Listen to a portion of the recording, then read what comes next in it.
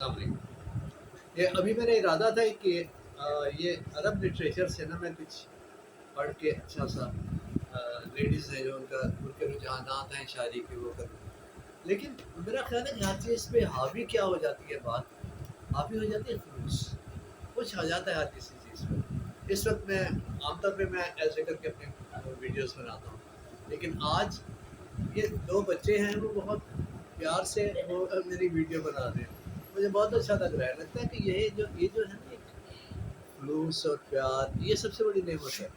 یہ شاعری پیچھے رہ جاتی ہے، جو ہم کام کرتے ہیں وہ پیچھے رہ جاتا ہے ان رشتوں کے، جو کہ بالکل ایک طرح کے آنےسٹ رشتے ہوتے ہیں اور بڑے پیار سے خلوص سے ہمارے ساتھ بغیر کسی غرض کے قدم سے قدم ملا کر چلتے ہیں۔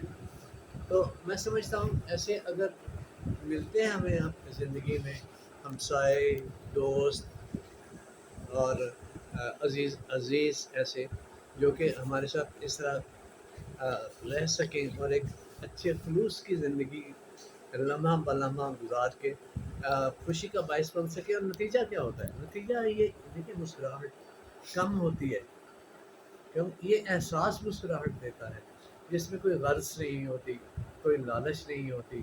یہ بہت پیارے رشتے ہیں، چلے اور یہ یعنی پیارے رشتے اس طرح ہیں کہ ہمیں ان کچھ جتانے کی ضرورت نہیں ہے، محسوس کرنے کی ضرورت ہے، اور وہ بھی ارادی خلوص نہیں ہوتا۔ یہ خلوص ایک طرح سے ہم ماحول سے انہیل کرتے ہیں، اور وہ ایک ہمارے لیے خوشی کا باعث اس طرح سے بنتا ہے کہ ہماری زندگی میں ایک سکون کی کیفیت، اعتماد کی کیفیت وہ طاری ہو جاتی ہے، جو ہماری ذہنی اور اخلاقی توانائی کا باعث بنتی ہے۔